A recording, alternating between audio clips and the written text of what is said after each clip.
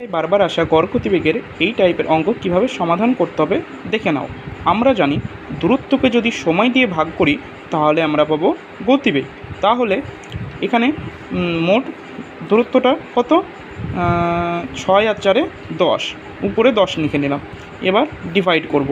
এবার একটার নিই, একটার দূরত্ব কত 6 আর নিচে কত পড়বে 4, 4টা কি স্পিড, তার জন্য যোগ করে দিলাম। এবার আরেকটা 4 কিমি রাস্তা থাকবে, তাহলে 4 উপরে, নিচে স্পিড কত 3, তাহলে 3 4 12, উপরে তাহলে 12 চলে গেল। এবার এটার সাথে গুণ, এটার সাথে গুণ, তাহলে 4 4 16 আর 3 3 6 18, 16 আর 18 কত, 16 18 হচ্ছে 34, তাহলে নিচে 34।